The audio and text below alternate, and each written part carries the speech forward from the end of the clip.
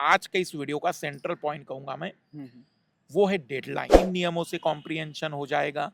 इनके कारण वास्तविक रूप में बच्चे के अटेम्प्ट बर्बाद हो रहे हैं। पूरी कॉम्पिटिटिव एग्जाम में कंपटीशन बहुत ज्यादा नहीं है। ओके। पूरी जर्नी में जो लोग डेडलाइन तय नहीं करते वे लोग डेड होकर निकलते हैं। यहाँ ये यूपीएससी अंतिम लक्ष्य नहीं है। पृथ्वी पर अवतार लिया है तो यूपीएससी को पास करने के लिए नहीं, बगैर यूपीएससी के भी लोग करोड़ों कमा रहे हैं। तुम्हारे सामने मास्टर ही बैठा हुआ है। हेलो एवरीवन, अभी मैं मुखर्जी नगर के अंदर हूँ। अभी मेरे साथ मधुकर कोटपे सर हैं। आप लोगों के काफ़ी सारे कमेंट थे सीसेट को लेकर और यूपीएससी के नोटिफिकेशन को लेकर, तो वो सभी डाउट को आज हम क्लियर करने वाले हैं सर के साथ में। तो सर बहुत-बहुत स्वागत है हमारे चैनल पे आपका। धन्यवाद धन्यवाद। तो सर अभी आपने देखा होगा यूपीएससी का जो नोटिफिकेशन आया था उसको फिर पोस्टपोन कर दिया गया था। उसके पीछे क्या रीज़न है और कब तक आने की इसकी संभावना है? देखो रियल में 14 तारीख को सभी लोग वेट कर रहे थे, लेकिन अभी तक वैसे ऑफिशियली तो कोई जानकारी नहीं दी है यूपीएससी ने।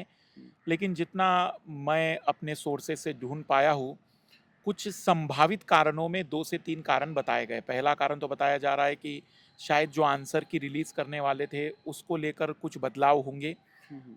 दूसरा, ईडब्ल्यूएस का जो मामला है वो काफ़ी लंबे समय से है, तो शायद उसको लेकर भी चर्चाएं चल रही है। ओके। लेकिन तीसरा जो कारण है वो केवल यूपीएससी जानती है कि उसने आखिर वास्तविक रूप में ऐसा क्यों किया है। पर मुझे लग रहा है जल्द ही आने वाले 3 से 4 दिनों में नोटिफिकेशन आ जाएगा, क्योंकि नोटिफिकेशन के बाद फिर आगे की स्ट्रेटजी और रणनीतियाँ भी होती है। हाँ, एक चीज़ क्लियर कर दूँ, इसके कारण प्रीलिम्स की डेट पर कोई प्रभाव नहीं पड़ेगा। 99% अभी तो चांसेस यही है। ओके, क्योंकि बहुत सारे स्टूडेंट एस्पिरेंट का यही डाउट था कि कहीं न कहीं एग्ज़ाम डेट को आगे या फिर पीछे ना बढ़ा दिया जाए। तो ये सब नहीं होने वाला है। बिल्कुल भी नहीं, मतलब ऐसा कुछ नहीं हो, दिमाग से निकाल दीजिए अगर ऐसा कुछ है तो। ओके। सर अभी हम देख रहे हैं पिछले 3-4 सालों से सीसेट बहुत ज़्यादा क्रिटिकल होता जा रहा है। आईआईटीएन भी इंजीनियर बैकग्राउंड की हैं, वो भी इसमें फेल हो रहे हैं। इसके पीछे का रीज़न क्या है और इसकी अच्छी रणनीति क्या होनी चाहिए? इसके पीछे का सबसे बड़ा रीज़न तो है मैथ्स का जो लेवल है वो अपग्रेड हुआ है। नंबर सिस्टम के सवाल पहले से ज़्यादा टिपिकल आ रहे हैं। हुँ, और एक और बड़ा कारण है कि इसको अभी तक स्टूडेंट कॉम्प्रिहेंसिवली तैयार नहीं कर रहे थे। कभी लास्ट टाइम में कर लेते थे, कभी केवल मैथ्स पढ़ के चले जाते थे। रियलिटी में अगर आपको इसको सही तरीके से टैकल करना है तो मेरे हिसाब से 3 बातें आपके दिमाग में होनी चाहिए। पहला, ये कॉम्प्रिहेंसिव पेपर है, राइट। जिसमें math, reasoning, comprehension, data interpretation, data sufficiency जैसे 5 सब्जेक्ट हैं। किसी एक सब्जेक्ट के बलबूते नहीं हो सकता है। दूसरा, आपको इसे सही टाइम पे तैयार करना चाहिए। दिसंबर जनवरी में आपको इसे प्रिपेयर करना चाहिए, लास्ट टाइम से बचना चाहिए।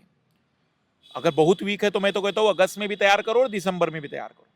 और तीसरा, प्रैक्टिस बहुत जरूरी है इस पेपर के लिए। और खास करके पीवाईक्यू की प्रैक्टिस जितना कर सकते वही करो, क्योंकि वो ऑथेंटिक सवाल है।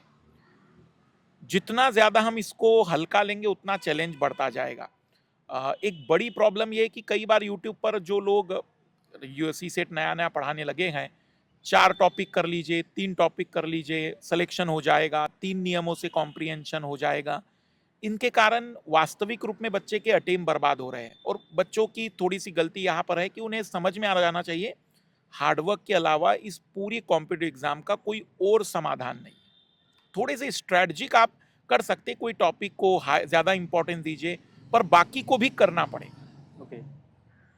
तो क्या लगता है जैसे आपने बताया सीसेट में 4-5 सब्जेक्ट होते हैं। तो अगर किसी 2 को अगर चूज़ करें तो ये इम्पोर्टेंट है, यही करना है, तो वो कौन-से होंगे? नहीं, मैं मना करूंगा कि ऐसा कुछ ना करें, लेकिन हाँ, 3 इसके बहुत स्ट्रांग पिलर हैं। Math, reasoning, comprehension. ये हर साल आपको 70 क्वेश्चन गारंटेड देकर जा रहे हैं। आप इन तीनों पर बढ़िया पकड़ बनाइए, स्ट्रैटेजी ध्यान से दीजिए। और जैसे मैं हर साल पीवाईक्यू की वीडियो किताब निकालता हूँ, हुँ, हुँ। तो इस बार भी हमारा 9th एडिशन आ चुका है, जिसमें हमने पूरे 2011 से 2025 के एक एक क्वेश्चन को ना केवल कंप्लीटली सॉल्व किया है, बल्कि उसके पहले के भी सवाल है तो वो भी सॉल्व करके दिए। और इस बार हमने इस किताब में इंटरपर्सनल स्किल जो सवाल यूपीपीसीएस में आते हैं उसका सिलेबस भी ऐड किया हुआ है। फिलहाल में अभी अगर मैं आपको बताऊं तो ये जो किताब है, ये इस समय आपको फ्लिपकार्ट पर, अमेजोन पर मैं कहूँगा पहली प्रायोरिटी रखिए, ये आपको मिल जाएगी। और इस किताब का जो सबसे बड़ा मकसद है, शॉर्ट थ्योरी के साथ साथ आपको पीवाईक्यू से रूबरू कराना, एग्जैक्ट रियल आंसरों को एक्सप्लेन करते हुए कि यूपीएससी का फलाना आंसर कैसे आया होगा। बाकी इसके मकसद ये नहीं है कि आपको इसमें ढेरों सारे क्वेश्चन मिल जाएंगे। लगभग इसमें मेरे हिसाब से ओवरऑल 1500 से 1800 क्वेश्चनों की प्रैक्टिस हो जाएगी आप। ओके, तो ये किताब किन एस्पिरेंट के लिए ज़्यादा वैल्यूबल है? वैसे तो 2026 अगर दे रहे तो सबसे पहले वो लोग ले, पर हुँ, अगर 27 में जिनका मैथ रीजनिंग बहुत वीक है, जिनको जानना है कि कैसा सीसेट आता है, चैप्टर वाइज अकेली किताब है जो चैप्टर वाइज आपको क्वेश्चन दिला सकती है। बाकी किसी किताब में आपको चैप्टर वाइज क्वेश्चन नहीं मिल पाएंगे। तो क्या लगा सीसेट के लिए सफिशिएंट है ये, इसके अलावा और डाटा कलेक्ट करना ज़रूरी है क्या? ये बहुत सफिशिएंट है प्रैक्टिस के नज़र से, ओके, क्लास के नज़र से नहीं। क्लास का कोई ऑप्शन नहीं है, मतलब आप किसी नोट्स के माध्यम से या किसी और तरीके से नहीं, आप यूट्यूब पर लीजिए, प्लस पर लीजिए, मतलब पेड कोर्स लीजिए या फ्री का लीजिए, लेकिन क्लास का कोई सब्सटीट्यूशन नहीं हो सकता। ओके। सर जो अभी बिगिनर स्टूडेंट हैं और इस फील्ड में आना चाहते हैं, किन-किन पॉइंट को ध्यान में रख के आए हैं? प्रीलिम्स को टारगेट करें तो किसको सबसे ज़्यादा फोकस रखें? सीसेट को या फिर जीएस-1 को लेकर? देखो 2027-28 के जो विद्यार्थी अभी शुरुआत करने जा रहे हैं, उनके लिए 2-3 बातें सच्चाई के रूप में खुलकर पता होनी चाहिए कि इस पूरी कॉम्पिटिटिव एग्ज़ाम में कंपटीशन बहुत ज़्यादा नहीं है। ओके, नंबर बहुत ज़्यादा है लेकिन कंपटीशन ज़्यादा नहीं। उसका कारण है क्योंकि इसमें डिसिप्लिन, कंसिस्टेंसी और हार्ड वर्क, इन तीनों का कॉम्बिनेशन चाहिए जो कि सभी नहीं कर पाते हैं। देखो इतनी बड़ी कीमत हर कोई चुका नहीं पाता है। तो पहली क्लैरिटी कि कंपटीशन नहीं है। यदि आप एक सिंसियर एस्पिरेंट हैं, बड़े मुश्किल से 50 टू 70,000 रियल कॉम्पिटिटर हैं। बाकी नंबर के रूप में तो 9-10 लाख बच्चे बैठते हैं।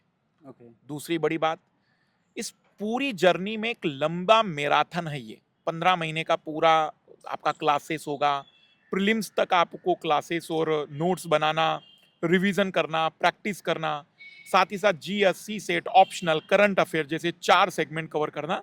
तो एक होलिस्टिक वे में चीज़ों को कवर करने ज़रूरी है। लेकिन मैं सबसे ज़्यादा इंपॉर्टेंट इस बात पर फोकस करूँगा जो आज के इस वीडियो का सेंट्रल पॉइंट कहूँगा मैं, हुँ, हुँ। वो है डेडलाइन।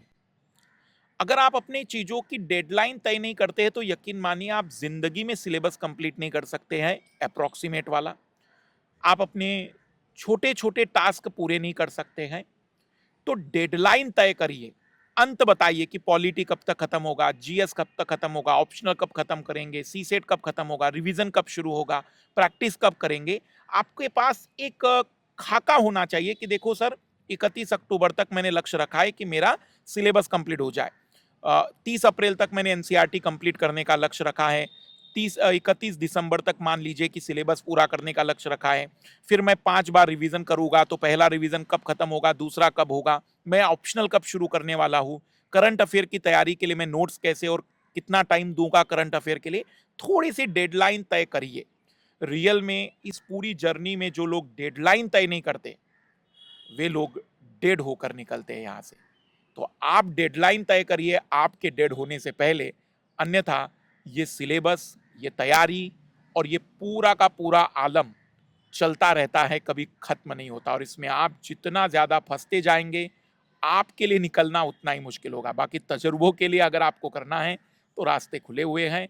डेडलाइन तय करिए, आपको एक बेहतर परिणाम दिखाई देगा। ओके, सर जैसे आपने डेडलाइन को बोला, डेड होकर लेकिन ये भी बोला, इसमें हम देखते हैं ग्राउंड पे अधिकतर कि जो यूपीएससी एस्पिरेंट है, मेंटल हेल्थ पे बहुत ज़्यादा असर पड़ता है। वो कहीं न कहीं फँसे होते हैं, तो वो मेंटल हेल्थ को कैसे अपने सही रखें? सबसे पहली बात कि यूपीएससी अंतिम लक्ष्य नहीं है। पृथ्वी पर अवतार लिया है तो यूपीएससी को पास करने के लिए नहीं, बगैर यूपीएससी के भी लोग करोड़ों कमा रहे हैं। तुम्हारे सामने मास्टर ही बैठा हुआ है। तो हिम्मत रखिए, अपने पास एक विश्वास रखिए कि अगर नहीं हुआ, पूरी ईमानदारी से प्रयास किया तो मैं जिंदगी में कुछ ना कुछ कर लूंगा। दूसरी बात, आप मेंटल हेल्थ के लिए सबसे बेस्ट ये काम कर सकते हैं कि आप अपना 100% जब देते हैं तो एक सेटिस्फिकेशन आता है कि भाई मेरा जितना एफर्ट था मैंने लगा लिया है। और यकीन मानिए गधे घोड़े तक करोड़ों कमा रहे हैं, कोई पर्चियाँ निकाल कर, कोई अजीबोगरीब चीज़ें करके। तो आप तो पढ़े लिखे हैं, सबसे बेहतरीन चीज़ आपने पढ़ी है ज़िंदगी में, बहुत कुछ अच्छे मौके हैं ज़िंदगी में करने के लिए। तो अपने अंदर एक संतुष्टि लाइए। मेंटल हेल्थ के लिए ज़रूरी होता है संतुष्टि का भाव लाना कि ठीक है भाई मेरा एफर्ट था, मैंने लगा दिया, नहीं हुआ तो मैं कुछ दूसरा ऑप्शन देखता हूँ। पर तैयारी के दौरान नहीं, तैयारी का जहां आपको लग रहा है कि रिजल्ट आ गया उसके बाद डिसाइड करिए। बाकी पानी बहुत अच्छे से पीजिए। जितना ज़्यादा पानी आप ड्रिंक करते हैं, आपका मेंटल हेल्थ बहुत अच्छा इफेक्टिवली काम करता है।